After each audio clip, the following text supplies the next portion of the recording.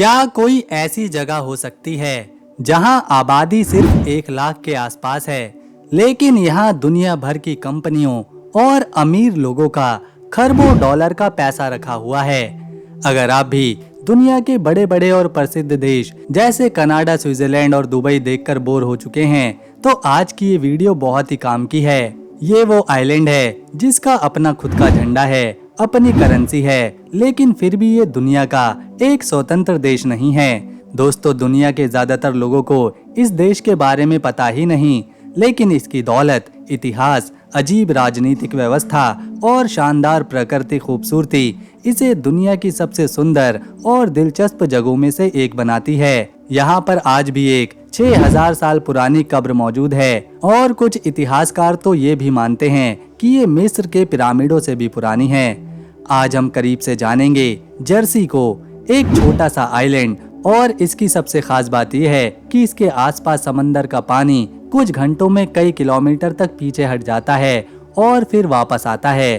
कई बार समंदर तट अचानक बहुत बड़ा दिखने लगता है। दोस्तों, आगे बढ़ने से पहले अगर आपको ऐसी ही और अनोखी और कम प्रसिद्ध जगहों के बारे में जानना पसंद है तो वीडियो को एक लाइक जरूर करना और चैनल को सब्सक्राइब जरूर कर लेना ताकि ऐसी ही वीडियोस मिस ना हो। तो चलिए शुरू करते हैं। सबसे पहले अगर आप दुनिया के नक्शे को ध्यान से देखें तो यूरोप के पश्चिमी हिस्से में आपको यूके दिखाई देगा और उसके ठीक नीचे फ्रांस। अब इस नक्शे को थोड़ा जूम करिए।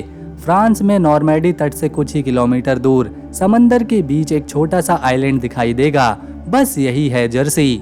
नक्शे पर इसकी लोकेशन देखकर कोई भी धोखा खा सकता है, क्योंकि ये फ्रांस के इतना करीब है कि साफ मौसम में फ्रांस की जमीन तक दिखाई देती है, लेकिन यह ना तो फ्रांस का हिस्सा है और ना ही यूके का। यहीं से इसकी कहानी और भी दिलचस्प बनती है। आइए इसके क्षेत्रफल को देखते हैं। जर्सी का कुल क्षेत्रफल सिर्फ 118 वर्ग किलोमीटर है। सुनने में आंकड़ा बहुत बड़ा नहीं लगता, लेकिन सोचिए, दुनिया के बड़े बड़े देशों के बीच मौजूद ये छोटा सा आइलैंड अपना अलग कानून, अलग पहचान और अलग व्यवस्था के साथ सदियों से टिका हुआ है। साल 2026 में यहाँ की कुल आबादी 1,10,000 के आसपास है। अगर पुरुषों और महिलाओं की संख्या की बात करें तो यहाँ दोनों की संख्या बराबर है। और अगर धर्म की बात करें तो यहाँ सबसे ज्यादा लोग ईसाई धर्म को मानते हैं।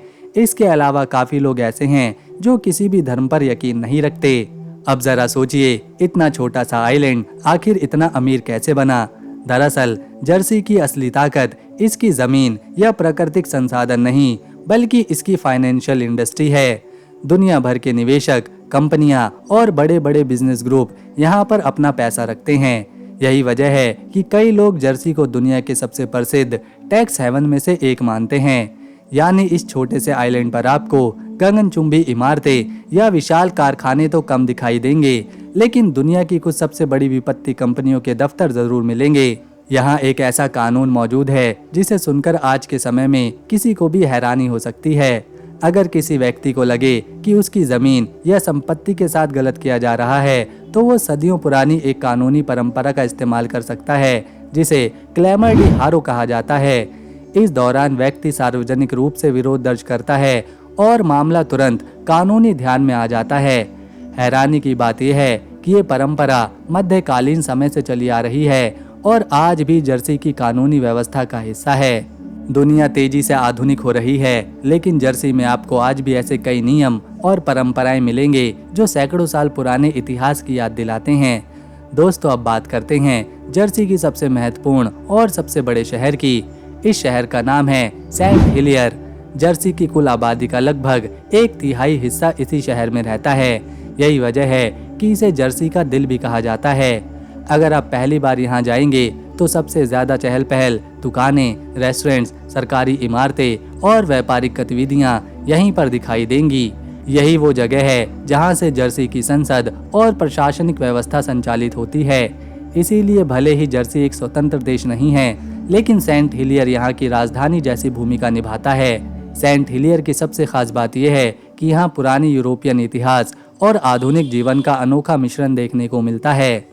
एक तरफ आपको सदियों पुरानी पत्थरों की इमारतें दिखाई देंगी तो दूसरी तरफ आधुनिक बैंक, ऑफिस और शॉपिंग सेंटर भी नजर आएंगे।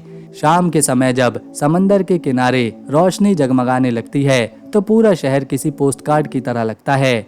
यही वजह है कि जर्सी आने वाले ज्यादातर पर्यटक अपने सफर की शुरुआत सेंट हिलियर से ही करते हैं। दोस्तों, आज जर्सी भले ही एक शांत, सुरक्षित और अमीर आइलैंड हो, लेकिन इसका इतिहास युद्धों और सत्ता की लड़ाइयों से भरा पड़ा है। जर्सी का इतिहास हजारों साल पुराना माना जाता है। पुरातात्विदों को यहाँ ऐसे अवशेष मिले हैं जो बताते हैं कि इस आइलैंड पर इंसान लगभग 6000 साल पहले भी रहते थे।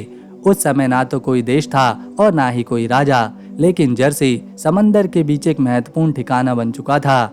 बाद में इस क्षेत्र पर सेल्टिक जनजातियों का प्रभाव रहा और रोमन साम्राज्य की नजर भी इस इलाके पर पड़ी। हालांकि रोमन लोग यहाँ लंबे समय तक शासन नहीं कर सके, लेकिन उनके आने से व्यापार और समुद्री गतिविधियां बढ़ने लगीं।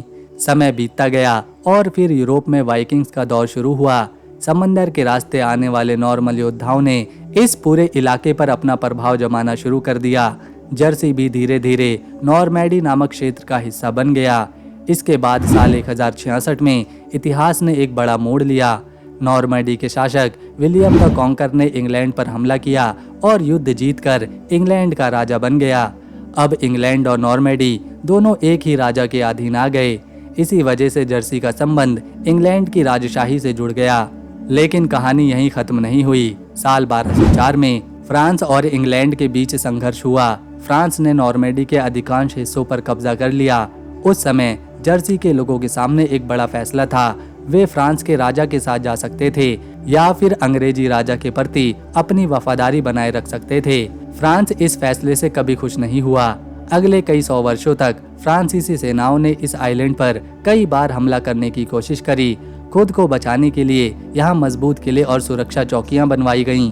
समंदर के किनारे बने कई पुराने किले आज भी उस दौर की कहानी सुनाते हैं। फिर आया इतिहास का सबसे डरावना अध्याय। साल 1940 में दूसरे विश्व युद्ध के दौरान एडोल्फ हिटलर की नाजी सेना ने जर्सी पर कब्जा कर लिया। ये ब्रिटिश क्राउन के अधीन आने वाला उन क्षेत्रों में से एक था जिस पर जर्मनी ने सफलतापूर्वक नियंत्रण स्थापित कर लिया था। करीब 5 साल तक जर्सी के लोगों ने युद्ध का दर्द झेला। आखिरकार 9 मई 1945 को जर्मनी की हार के बाद जर्सी को नाजी कब्जे से मुक्ति मिली। यही दिन आज भी यहाँ लिबरेशन डे के रूप में बड़े उत्साह से मनाया जाता है। युद्ध खत्म होने के बाद जर्सी ने खुद को दोबारा खड़ा किया, धीरे धीरे एक बड़े वित्तीय केंद्र के रूप में विकसित हुआ और आज दुनिया के सबसे समृद्ध द्वीपों में गिना जाता है। दोस्तों, युद्ध खत्म होने के बाद जर्सी ने अपने अतीत को पीछे छोड़ते हुए एक नई शुरुआत करी। जिस आइलैंड पर कभी सैनिकों के बूटों की आवाज गूंजती थी, आज वहां दुनिया भर के पर्यटक घूमने आते हैं। जिस जगह पर कभी बंकर और सैन्य चौकियां बनाई जा रही थी, आज वहां आधुनिक बैंक, बिजनेस सेंटर और शानदार समुद्री रिजॉर्ट दिखाई देते हैं। आज जर्सी की पहचान सिर्फ उसके इतिहास से नहीं बल्कि मजबूत अर्थव्यवस्था से करी जाती है। दुनिया की कई बड़ी निवेशक कंपनियां यहां अपना पैसा निवेश करती हैं। इसी वजह से इतने छोटे से आइलैंड की प्रति व्यक्ति आय दुनिया के कई बड़े देशों से ज्यादा है। यहाँ बेरोजगारी नहीं है और जीवन स्तर काफी अच्छा है। जर्सी की सबसे खास बात यह है कि यहाँ आधुनिक और परंपराएं दोनों साथ साथ चलती हैं।